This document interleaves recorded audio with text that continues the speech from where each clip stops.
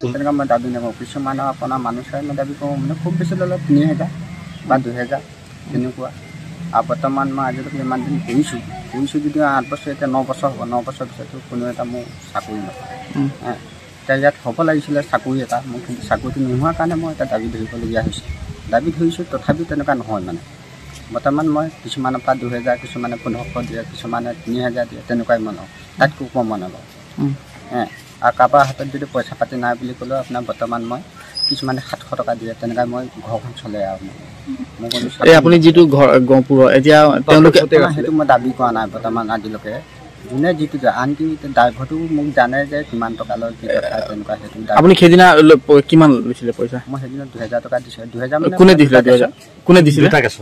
দুটা কেছত মিলাই মানে মই 4000 কৈছোঁ। 4000 ভিতৰত মোক 3000 টকা এটা দিছিলে। কোনে দিছিলে? সেইটো আপোনাৰ তেওঁলোকৰ গাৰ্জেন মানুহে দিছে। ক'ৰ গাৰ্জেন কেইজন ক'ৰ আছিলে? আপোনাৰ গহপুৰ। আৰু বৰ্তমান আপোনাৰ যোনটো চুইচাইড হৈছিলে বাপেক পিতেক মৰাটো, সেইটো দুটাই মিলাই পেলাই দিছে। কিমান দিছিলে? 3000 টকা দিছে দুটা মিলাই। এই গহপুৰৰ যিটো বাপে পিতৃ আৰু পুত্ৰ আছিল তাৰ পৰা আপুনি 3000 টকা লৈছে। মই এইবিলাক দাবী কৰিবলৈ নাযাওঁ। তাৰ পৰা আপুনি সেই ভাগটো আৰু কাৰোবাক দিছিল নেকি? নাই মই সেইবিলাক আৰু কাকো দিবলৈ নাই। সেই পইচাটো দিছিলে কোনে আপোনাৰ হাতত? 3000 মানে তেওঁলোকে গাৰ্জেনে মোক দিছে। গাৰ্জেনে দিছে? হয়, মানে তাৰ বাপেক নে খুৰাক হয় তেওঁ দিছে মোক, মানে আৰু বেলেগ মই নাজানো আৰু মই তেনেকুৱা দাবীও নকৰোঁ।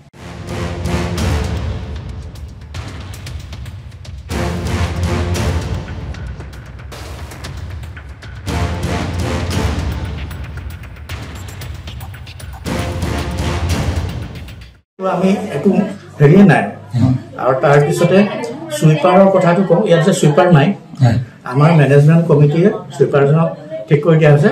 তাক আমি লামচাম 2000 টকা প্ৰতি মাহত, আৰু বেলেগ কৰ্মচাৰীও থাকে তেনেকৈ।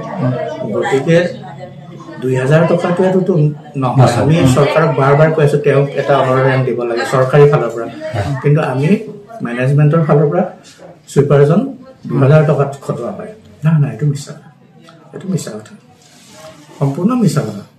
যদি কিবা প্ৰমাণ আছে 6000 টকা লোৱাও যিটো এতিয়া উত্থাপন কৰিছে তেওঁ আত্মীয়, এইটোতো সম্পূৰ্ণ গোকাত মিছা কথা।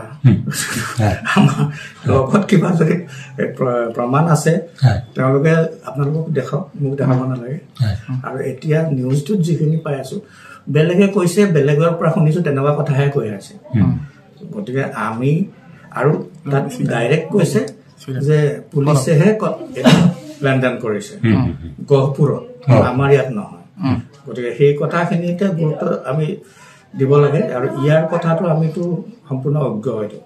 যিকোনো খবৰৰ বাবে যোগাযোগ কৰক 70901730 অথবা 7099017990 নম্বৰত।